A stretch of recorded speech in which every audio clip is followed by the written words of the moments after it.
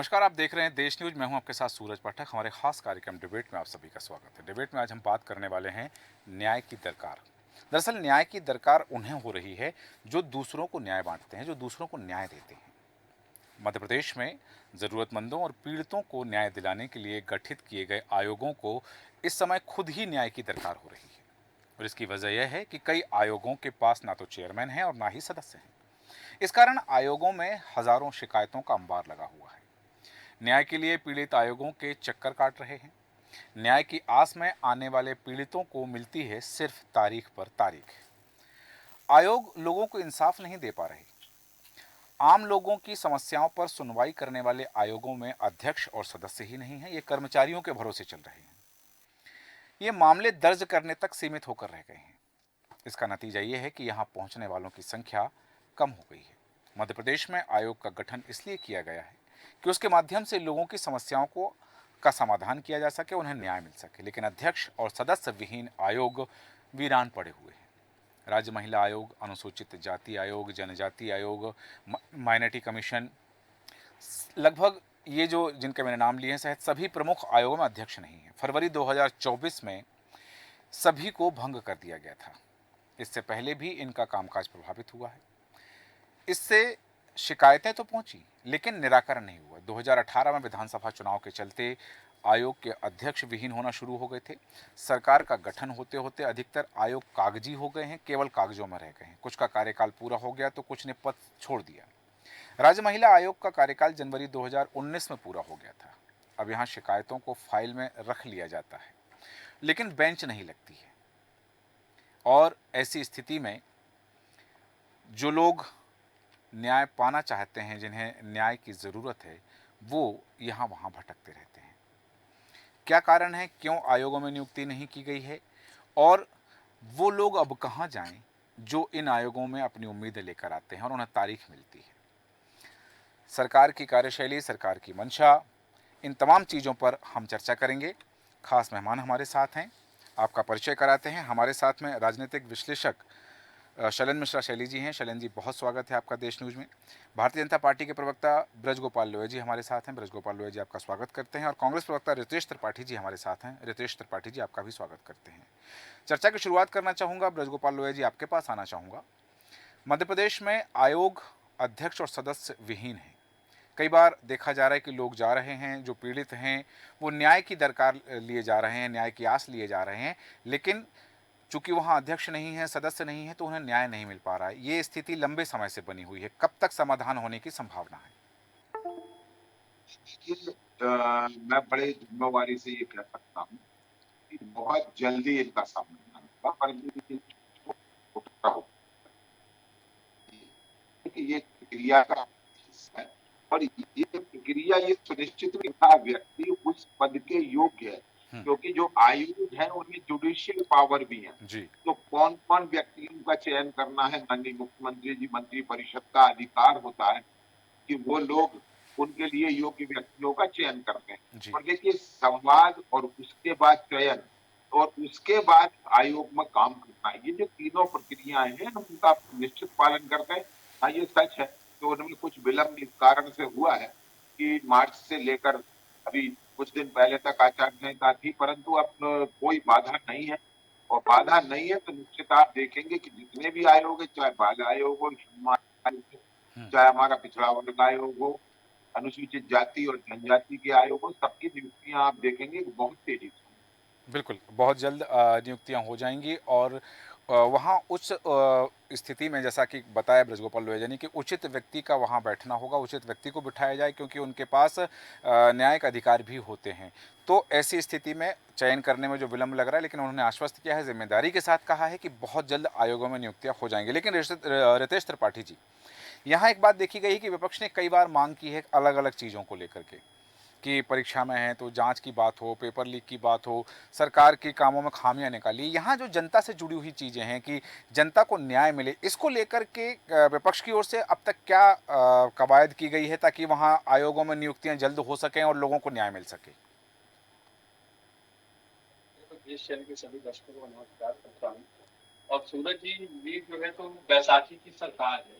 जिस सरकार का मुख्यमंत्री निर्धारित ना हो कि कब तक है कब तक नहीं है, वो मैं अक्सर मानता हूँ और कहता भी हूँ कि ये रिमोट कंट्रोल के मुख्यमंत्री हैं। आए दिन दौड़ दौड़ कर दिल्ली जाना और हर एक छोटे मोटे संगठन की दिल्ली से परवाह है। आपको जब फ्री हैंड सरकार कर ही नहीं रही है तो आप कैसे कोई निर्णय लोगे? 12 फरवरी के दिन 12 फरवरी 2024 की मध्य रात्रि को सारे 46 आयोगों के अध्यक्ष और उपाध्यक्ष जिन्हें की राज्य मंत्री का दर्जा प्राप्त होता है और उनके पास संवैधानिक अधिकार भी है और कई सारी उनके अंदर शक्तियां निहित है। आज उसके 6 महीने बाद भी एक भी नियुक्ति नहीं की गई। कहा गया था कि लोकसभा चुनाव के लिए सारी कवायद है। लोकसभा चुनाव हुए भी 3 महीने हो गए। मैं पूछना चाहता हूँ इस कार्यकाल में जो 6 महीने कार्यकाल बीता, इसमें महिला आयोग भी शामिल है, विंध्य विकास प्राधिकरण है, कटनी विकास, महाकौशल विकास, नदी पुनर्जीवन और आदिवासी कल्याण। तो जहां पर यह अपराध हो रहा है, लगातार आदिवासियों के साथ जो आए दिन घटनाएं होती हैं और जो क्षेत्रीय मुद्दे जो उनके पास शक्तियां हैं उनका उपयोग वो नहीं कर पा रहे हैं और समाज में उनकी आवश्यकता अनुरूप उनकी आवश्यकता जगह पड़ रही है, उनकी शक्तियां जहाँ जो दी गई हैं, तो नियुक्तियां ना किए जाने से सरकार क्यों पीछे हट रही है? क्योंकि कहीं न कहीं ये भारतीय जनता पार्टी में अंतर कला है, पद की जो लोलुपता है, तो एक एक पद के लिए 100 नाम आ रहे हैं और सभी शीर्षस्थ नेता अपने अपने लोगों को सेट करने में लगे हैं। और जैसा मैं आप भी जानते हो, पूरा मध्य प्रदेश जानता है कि इस समय भारतीय जनता पार्टी में शिवराज सिंह बनाम मोहन यादव की लड़ाई चल रही है। शायद इसी कारण पिछले 6 महीनों से एक भी व्यक्ति की नियुक्ति नहीं हुई है। और अंतिम लाइन बोलूंगा आपसे कि कहीं न कहीं डॉक्टर मोहन यादव जी जो ये किलाबंदी करना चाह रहे थे, घेराबंदी करना चाह रहे थे आयोग के सदस्यों के वाले, अपने ज्यादा से ज्यादा लोगों को बैठा के अपना वजीर सेट करना चाह रहे थे, कहीं ना कहीं शिवराज सिंह और जो उनकी सेना है इसमें बहुत बड़ा रोड़ा बन रही है। और इन दोनों की पार्टियों में मध्य प्रदेश की 7.5 करोड़ जनता पिछले इस बात को भारतीय जनता पार्टी को जानना रितेश जी, शिवराज सिंह चौहान तो अब दिल्ली चले गए हैं, केंद्रीय मंत्री बन गए हैं, अब तो मध्य प्रदेश में उनको कोई हस्तक्षेप भी नहीं है।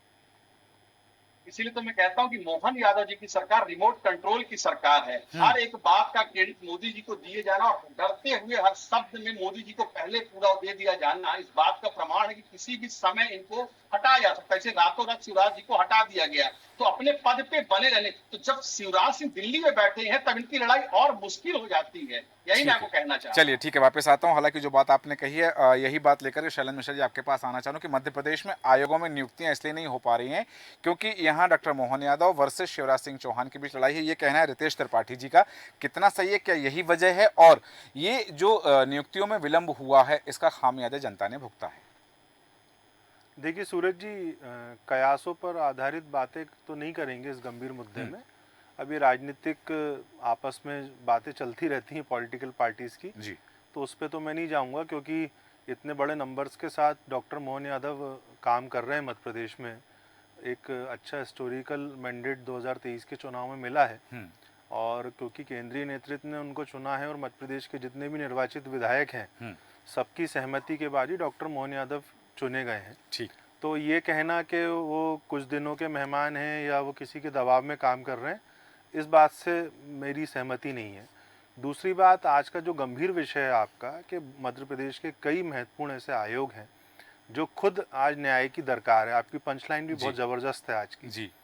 तो देखिए बहुत गंभीर विषय है। कई ऐसे आयोग हैं जहाँ पर एक आम व्यक्ति अपनी समस्या अपनी पीड़ा लेके जा सकता है जब उसकी पुलिस प्रशासन में सुनवाई नहीं होती या अन्य तरह से कोई उसको समस्या होती है, अगर वो वहाँ नहीं उसकी सुनवाई हो रही है तो ये आयोग हैं। महिलाओं के लिए महिला आयोग बना है, छोटे बच्चों के लिए बाल आयोग है और इसके अलावा जनजाति आयोग है और SC/ST आयोग हैं। ये महत्वपूर्ण मतलब जो आयोग हैं मध्य प्रदेश के, ये लंबे वक्त से सूरज जी खाली पड़े हैं जी।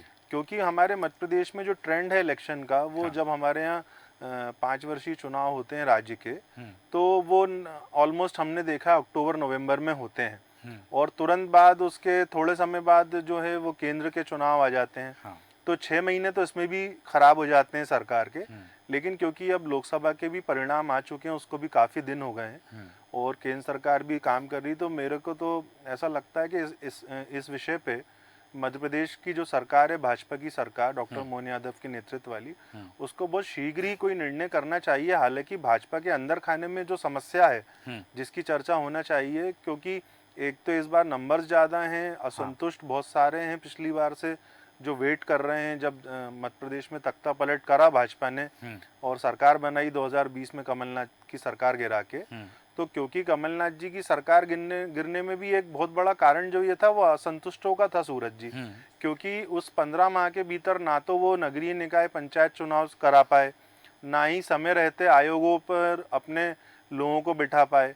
अगर सरकार बनने के 6 महीने के भीतर या 8 महीने के भीतर ही कांग्रेस पार्टी अपने कार्यकर्ताओं को मौका दे देती आयोगों को और नियम मंडलों के माध्यम से, हाँ। तो जो लोग जिनके टिकट कट गए थे या जो मंत्री नहीं बन पाए थे, तो वो वाली जो स्थिति थी असंतोष की, वो कहीं ना कहीं उसको ठीक किया जा सकता था। और बाद में कांग्रेस ने इस बात को माना भी। हाँ। कांग्रेस के जो वरिष्ठ नेता हैं जी। उन लोगों ने इस बात को अनौपचारिक चर्चाओं में कई बार उन्होंने माना कि हमसे गलती हुई।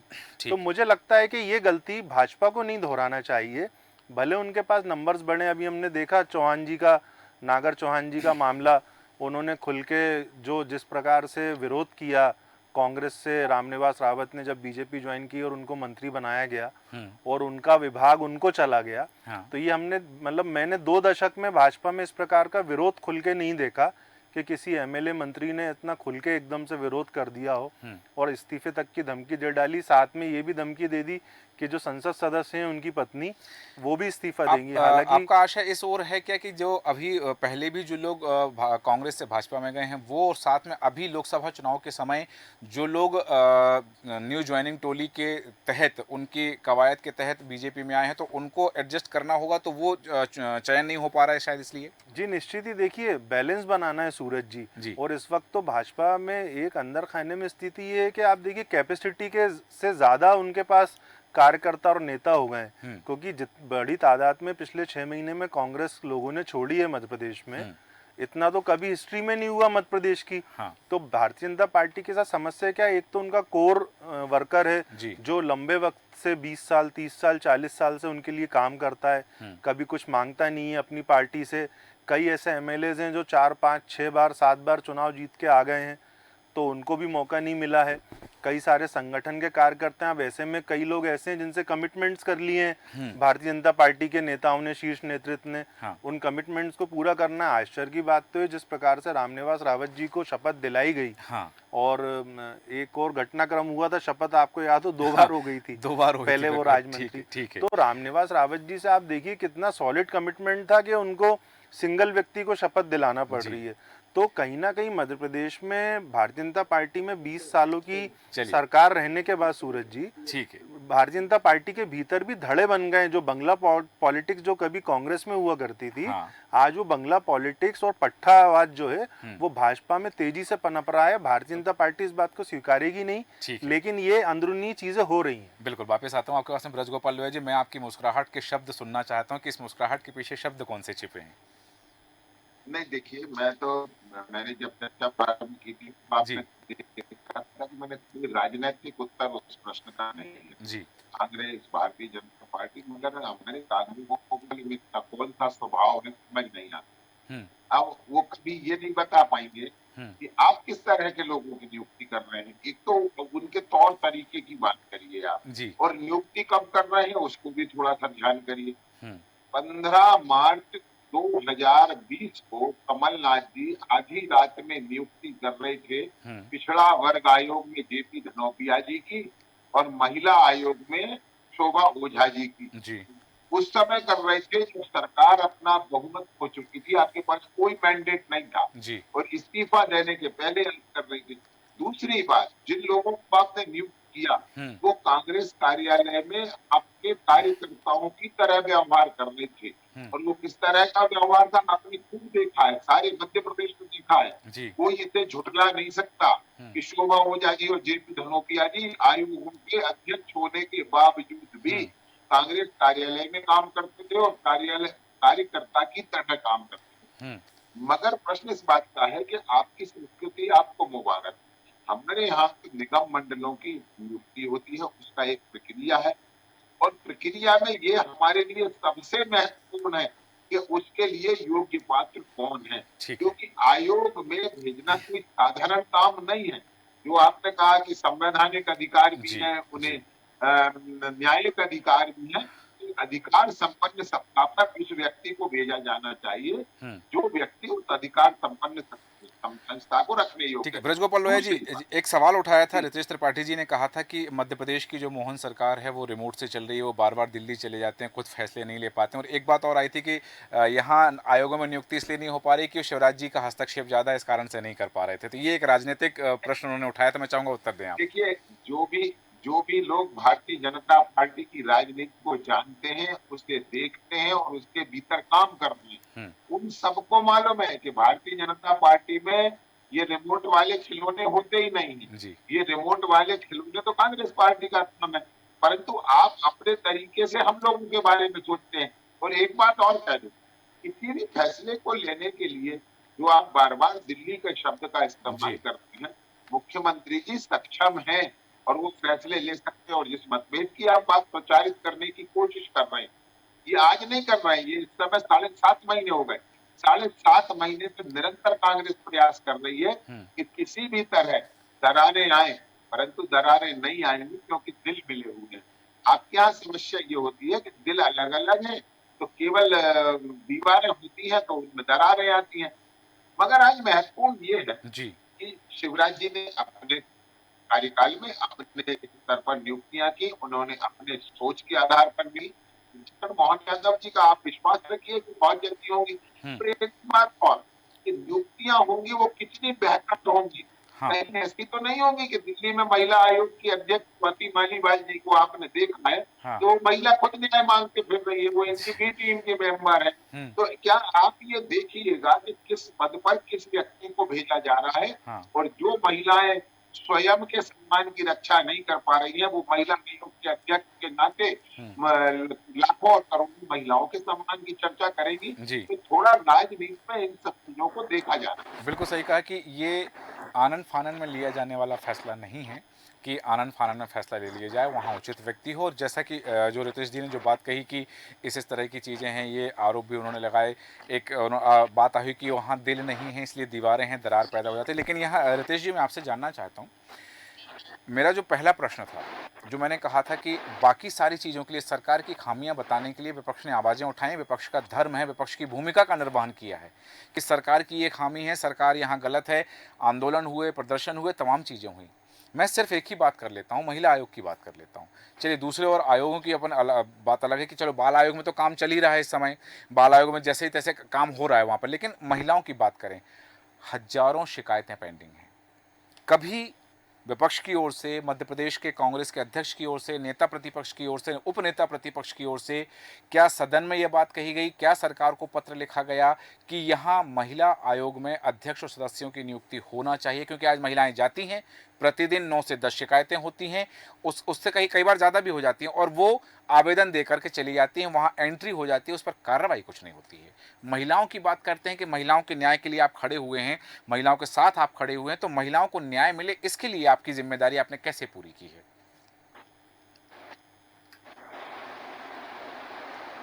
रितेश जी, आप सुन पा रहे हैं हमें? रितेश त्रिपाठी जी, आप तक हमारी आवाज़ आ रही है? वापस आता हूँ आपके पास में, कोई तकनीकी खामी कारण आप मुझे नहीं सुन पा रहे हैं। शैलेंद्र मिश्रा जी, यही बात आ जाती है कि जिस तरह से, क्योंकि ये मामला लोगों के आशाओं से जुड़ा है, लोगों की उम्मीदों से जुड़ा है, लोगों की अपेक्षाओं से जुड़ा है। और सबसे बड़ी बात है कि यदि एक जगह कहीं देखा गया कि पुलिस में शिकायत हुई, किसी महिला ने महिला थाने में शिकायत की है, महिला थाने में उसको लगता है कि वो जो जिस अनुरूप वो चाहती थी कि शिकायत पर वैसी कार्रवाई और नहीं होती, तो वो महिला आयोग जाती है। अनुसूचित जाति अनुसूचित जनजाति आयोग की हम बात कर लें, यहाँ अल्पसंख्यक आयोग की हम बात कर लें, तो उनको यदि कहीं उम्मीद होती है कि यहाँ से हमको न्याय मिल सकता है, लेकिन वो न्याय वहाँ उनकी अपेक्षा पूरी नहीं हो पाती है। जैसा कि ब्रजगोपाल लोहिया जी ने कहा कि जिम्मेदारी के साथ कहा कि हाँ नियुक्ति होगी, लेकिन उचित व्यक्ति की होगी, वहाँ सही व्यक्ति बैठना चाहिए क्योंकि उसके पास अधिकार हैं। तो अभी चुनाव का समय रहा है, विधानसभा चुनाव का, लोकसभा चुनाव का समय रहा, लेकिन ऐसी स्थिति में क्या अब जल्दी नहीं होना चाहिए? अभी चयन प्रक्रिया में समय ज़्यादा लग रहा है, तो क्या ये, क्योंकि भारतीय संविधान में लिखा है कि न्याय मिलने में देर भी अन्याय के समान है। जी बिल्कुल सूरज जी, ठीक कहा आपने। आपके प्रश्न का जवाब दूं उससे पहले अपनी एक त्रुटि के लिए खेद व्यक्त करना चाहता हूं। मैंने बाल आयोग का नाम ले दिया था जी। बाल आयोग में तो अध्यक्ष और सदस्य हैं। हाँ हैं। तो उस बात पे ध्यान मत दीजिएगा। जी। तो दूसरी बात अभी जो आपने प्रश्न किया, देखिए बहुत गंभीर विषय है और इसको सरकार को इसको बहुत तेज़ी से चिंतन मनन करके इस निर्णय पे जाना पड़ेगा कि जिम्मेदार लोग, क्योंकि अभी ब्रज भाई ने भी जो महिला आयोग वाली बात कही स्वाति मालीवाल जी की, तो जो गंभीर लोग हों जिनको कानून का भी ज्ञान हो, क्योंकि कई सारे आयोग तो ऐसे हैं जिनके पास सिविल न्यायालय की शक्तियां रहती हैं, तो वहाँ पे हालांकि भाजपा चयन है, इसका बोर्ड है, बाकायदा सब चयन होता है, सारा प्रक्रिया को फॉलो किया जाता है, लेकिन हमने देखा है कि पॉलिटिकल भी उसमें हस्तक्षेप बहुत ज़्यादा होते हैं। क्योंकि देखिए अभी रीवा का एक मामला आया कुछ 2-3 दिन पहले, जिसमें एक महिला के ऊपर मुरम डंपर से डाल दी गई है, वो उसके जो भी तकनीकी कारण रहे हों, तो क्योंकि महिलाओं के प्रकरण बहुत सारे लंबित हैं मध्य प्रदेश में, संभवतः 20,000 से अधिक प्रकरण होंगे जी, तो ऐसे मामले में एक तो महिला आयोग में अध्यक्ष होना, सदस्य होना सबसे पहले प्राथमिकता है। बाल आयोग में भले सदस्य हैं, काम कर रहे हैं सूरज जी, लेकिन हम देख रहे हैं कि बच्चों की स्थिति हमें राजधानी भोपाल के कई चौराहों पर हमने देखी है। शिक्षा के मामले जब उठते हैं या कोई भी ऐसे घटनाक्रम होते हैं, भोपाल में पूर्व में भी हम देख चुके हैं कि पॉक्सो के कई मामले बच्चों के साथ हो चुके हैं, तो ऐसे में बाल आयोग की भूमिका भी मजबूत हो जाती है। इसके अलावा SC/ST आयोग भी खाली पड़े, अल्पसंख्यक आयोग खाली पड़े। तो देखिए अभी तक क्या था सूरज जी, इन आयोगों का क्या है, पॉलिटिकल उपयोग किया जाता था, एक पॉलिटिकल आवाज को शांत करने के लिए, अपने लोगों को बैलेंस करने के लिए, क्योंकि बहुत सारी सुविधाएं आयोगों के माध्यम से उसके चेयरमैन और सदस्यों को मिलती हैं। लेकिन जिस प्रकार का वातावरण मध्य प्रदेश और पूरे देश में इस वक्त है, क्योंकि हमारी आबादी बढ़ रही है और जस्टिस फॉर एवरीवन वाली जो बात है, जिसपे भारत सरकार ने भी काम किया है जी, और हमारे न्याय के सिस्टम में कई सारे चेंजेस किए हैं जो अभी 1 जुलाई से लागू हैं जी। तो जब आप सेंट्रल की जो पॉलिसीज हैं, सेंट्रल जो आगे काम करना चाह रही है गवर्नमेंट, उसको जब स्टेट्स का कोऑर्डिनेशन अच्छा रहता है और सारी जो जगह जो वैकेंट हैं, खाली हैं, वो जब भर जाएंगी, तो उनका जब समन्वय स्थापित होगा, तो एक आम व्यक्ति, आम नागरिक, भारत का नागरिक, मध्य प्रदेश का मूल निवासी, अगर उसे कोई परेशानी है, और जैसे आपने भी एक उदाहरण दिया महिला थाने का जी, तो देखिए जब महिला थाने में कोई महिला शिकायत, पीड़िता अपनी शिकायत लेके जाती है, तो उस पर जो कार्रवाई हो रही है, उस पर जो थाने के जो लोग हैं, उस पर जो अनुसंधान कर रहा है जो आयोग है, अगर वो उस महिला की बात पूरी नहीं सुन रहा है, कहीं से कोई पॉलिटिकल प्रेशर आ गया है या कोई लापरवाही कर रहा है, ऐसे कई मामले होते हैं, तो ऐसी सिचुएशंस में महिलाएं जो हैं वो महिला आयोग की शरण लेती हैं। और हमने पूर्व के जो अनुभव हैं जो देखा है, उसमें समय समय पर इन आयोगों ने कई ऐसे अच्छे काम भी किए हैं जिनकी तारीफ भी हुई है और लोगों को न्याय मिल पाया है। बिल्कुल। तो क्योंकि देखिए हमारे यहाँ एक बहुत चिंता की बात है, मैंने पूर्व में भी चर्चा में आपके चैनल के माध्यम से भी कहा है, मध्य प्रदेश में आज से नहीं, पिछले 15-20 वर्षों से ब्यूरोक्रेसी बहुत हावी है, जैसे अफसरशाही बोलते हैं जी। और पिछले 10-12 सालों में तो सूरज जी हम सब देख रहे हैं, हम लोग पत्रकार हैं जी, अफसरशाही कितनी ज़्यादा हावी है। तो डॉक्टर मोहन यादव जी के लिए चुनौती केवल संगठन के साथ समन्वय और विपक्ष से जो लोग आए हैं, जो अब उनके साथी हो गए, उनको बैलेंस करना है, वो तो एक अपनी जगह बात है। सबसे बड़ी बात उन्हें ये है, जो वल्लभ भवन जो सचिवालय है जी, वहाँ की जो अफसरशाही, जो ब्यूरोक्रेसी का जो प्रेशर अभी तक एक हमने देखा कि पैरेलल चल रहा है इनडायरेक्टली, उसको डॉक्टर मोहन यादव जी कैसे कंट्रोल करेंगे। बिल्कुल। क्योंकि मैंने 15 माह की कमलनाथ जी की जो वर्किंग देखी सूरज जी, उस टाइम आपने भी देखी, सबने देखी जी, कहीं ना कहीं मंत्रालय में ब्यूरोक्रेसी का जो कंट्रोल था, वो कमलनाथ जी ने मुख्यमंत्री के नाते उस वक्त पकड़ करने की कोशिश की थी, और वो भी एक कारण, बड़ा कारण था कि एक बड़ी लॉबी जो थी वो कहीं ना कहीं उनके खिलाफ हो गई थी। तो मेरे का तो आपके चैनल के माध्यम से डॉक्टर मोहन यादव जी से अनुरोध है, वो तो बड़े बुद्धिमान आदमी हैं, उनको इस ओर भी ध्यान देना पड़ेगा कि आयोग की नियुक्तियां हों और जहाँ जहाँ जगह खाली है उनको समय रहते भरा जाए, जिससे कि न्याय की जो दरकार है आम आदमी की वो आसान हो जाए। साथ में अफसरशाही पर लगाम बहुत जरूरी है सूरज जी, ठीक है, क्योंकि पूरा तंत्र तो उन्हीं के माध्यम से चलना है। बिल्कुल सही बात है, सही कहा आपने कि ये अफसरशाही के साथ भी उनका समन्वय हो, एक तरफ जहां सत्ता और संगठन का समन्वय, तो उस ओर भी ध्यान दिया जाना चाहिए। क्योंकि समय की सीमा है। रजत त्रिपाठी जी, बहुत कम शब्दों में प्रतिक्रिया चाहता हूँ, महिलाओं के न्याय के लिए और आयोगों में नियुक्ति के लिए आप क्या करने वाले हैं, क्या सरकार से मांग रखेंगे, क्या बाकी मुद्दों के लिए यदि आप सड़क पर उतरते हैं, बाकी चीज़ों के लिए सरकार की खामी बताने उतरते हैं, तो क्या इन मुद्दों, इस बात पर भी कांग्रेस सड़क पर उतरेगी? 4 लाइन अपनी बात कंप्लीट जी। पहली बात तो आज भारतीय जनता पार्टी के अंदर ही नागर सिंह चौहान हो या ऐसे कई नेता जो खुद सरकार के रिपोर्ट में सही सड़क पर पहुंचकर उसके लिए खड़े। दूसरी बात जो आयोगों की नियुक्ति है सिर्फ न्याय उसमें न्याय से लेकर 5 से 10% ही है। 90% राजनीतिक प्रोटोकॉल पाने की जो चाहत है, राजनीतिक वोट बैंक को शिफ्ट करने की चाहत है, तो भारतीय जनता पार्टी कई सारे मापदंडों में अपने आप को शिफ्ट करने में लगी हुई है। और ये पद की जो विविधता है, सब के लिए जो भागा दौड़ी काटा नाशी मची हुई है, उसके कारण आयोग की कहना चाहता हूँ जिम्मेदारी न केवल आयोग की सदस्यों को करना है आयोग को, बल्कि ऐसे न्यायपूर्ण व्यक्तियों को, ऐसे गरिमामय व्यक्तियों को जो इन पदों के अनुरूप कार्य करें, तब जाके मध्य प्रदेश में वास्तविकता में आप गरीब आदमी को, आदिवासियों को, महिलाओं को, बच्चों को न्याय मिल पाएगा। बहुत बहुत ठीक है, बिल्कुल सही कहा आपने कि गरिमापूर्ण पद हैं, गरिमामय जिम्मेदारी है, तो यहाँ ऐसे व्यक्ति का आए जो अपने निजी हितों को दरकिनार करके वास्तव में लोगों के लिए, न्याय के लिए कार्य करें। हालांकि बिंदु और हैं जिन पर हम चर्चा कर सकते हैं, पर समय अनुमति नहीं देते, चर्चा को विराम देंगे। ब्रजगोपाल लोहिया जी, रितेश त्रिपाठी जी, शैलेंद्र मिश्रा जी, आप सभी का धन्यवाद चर्चा में शामिल होने के लिए। बात जिस तरह से हो रही है न्याय की दरकार, और न्याय की दरकार उन्हें है जो दूसरों को न्याय देते हैं। ज़रूरतमंदों और पीड़ितों को न्याय दिलाने के लिए गठित किए गए आयोग इस समय खुद न्याय की दरकार कर रहे हैं, क्योंकि कई आयोगों में ना अध्यक्ष हैं ना सदस्य हैं। सरकार बनती हैं, सरकारों जब आती हैं सरकारें 5 साल के लिए, चुनाव होने के बाद में सरकार का गठन होता है, तो आयोगों को भी अध्यक्ष और सदस्य का चयन किया जाता है। हालांकि जो अध्यक्ष होते हैं उन्हें राज्य मंत्री का दर्जा प्राप्त होता है, कई जगह कैबिनेट मंत्री का दर्जा प्राप्त होता है, लेकिन क्या वास्तव में सरकार अभी ऐसे लोगों का चयन नहीं कर पा रही है? फिर चर्चा में जो बात आई है कि वास्तव में कुछ लोगों को एडजस्ट करना है, कुछ लोगों की मंशा पूरी करना है, तो इस कारण से देर है। लेकिन कारण जो भी हो देर का, देर तो देर हो रही है। जहां शिकायतों का अंबार लगा हुआ है, केवल एंट्री हो रही है, आवेदन लिए जा रहे हैं, बेंच नहीं लग रही है, तो सुनवाई कब होगी? और जो पीड़ित जब आते हैं तो उनको तारीख पर तारीख मिलती है, न्याय कब मिलेगा? ये प्रश्न आप सभी के लिए और सरकार के लिए हम छोड़कर जाते हैं। हमारे खास कार्यक्रम में इतना ही। बने रहें देश न्यूज़ के साथ। नमस्कार।